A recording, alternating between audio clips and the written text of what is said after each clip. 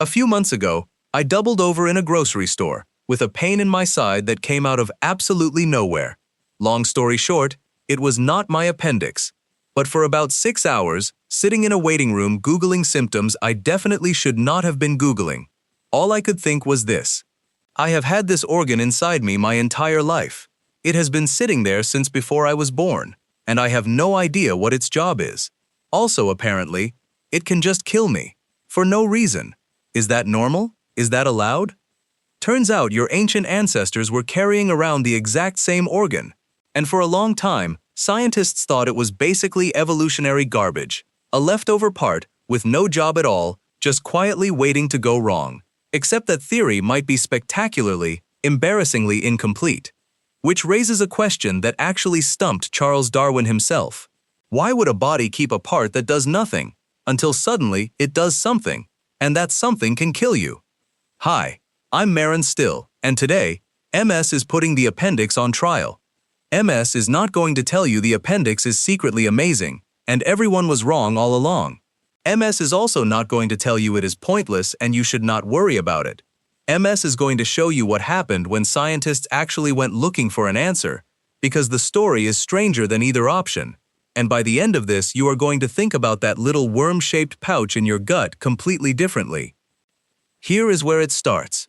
Your appendix is a small tube attached to your large intestine, near where your small intestine ends.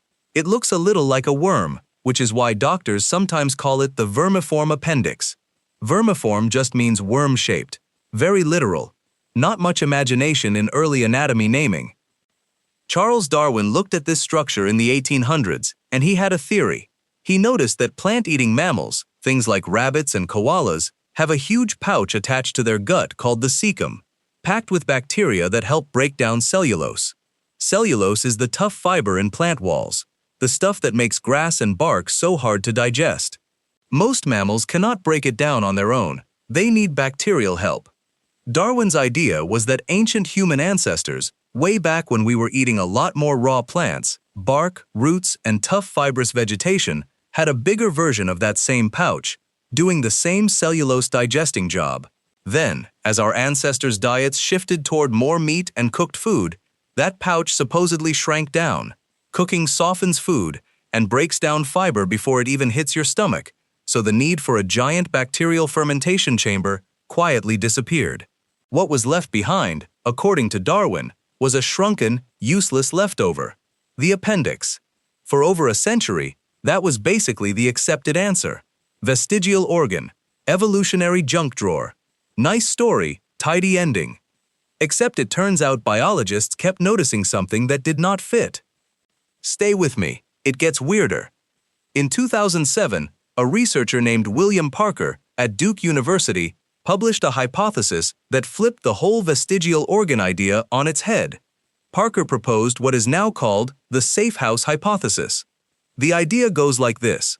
Your gut is full of trillions of bacteria, most of them helpful, that assist with digestion and keep harmful microbes in check. But every so often, something wipes that bacterial population out. A severe bout of diarrhea, a serious infection, historically things like cholera outbreaks. When that happens, your gut is left nearly empty of the good bacteria it needs. Parker's idea is that the appendix acts as a kind of bunker, a small, tucked-away pouch off to the side of the main digestive tract, where a backup colony of beneficial bacteria can survive the wipeout undisturbed, then repopulate the rest of the gut once things calm down.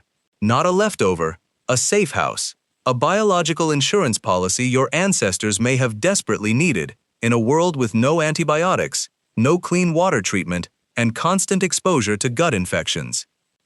That alone would have been a big correction to Darwin's original idea. But then, in 2013, a comparative anatomist named Heather Smith at Midwestern University went further and looked at the problem from a completely different angle. Instead of asking what the appendix does in humans, she and her team looked across more than 500 mammal species to see which ones had an appendix and which did not, and how those animals were related to each other on the evolutionary family tree. What they found did not match the simple vestigial story at all. If the appendix were just one ancient structure slowly shrinking away in a single lineage, You would expect it to show up in a clean, traceable pattern. Instead, Smith's research found that the appendix appears to have evolved independently at least 32 separate times across different branches of the mammal family tree. Rabbits, certain rodents, some primates, all evolving something appendix-like on their own, unrelated timelines. That is not what a random leftover looks like. That is what something looks like when it keeps getting reinvented because it keeps being useful. Smith's team also found that species with an appendix tended to have higher concentrations of something called lymphoid tissue packed into it. Lymphoid tissue is essentially immune system tissue, cells that help your body recognize and fight off harmful invaders.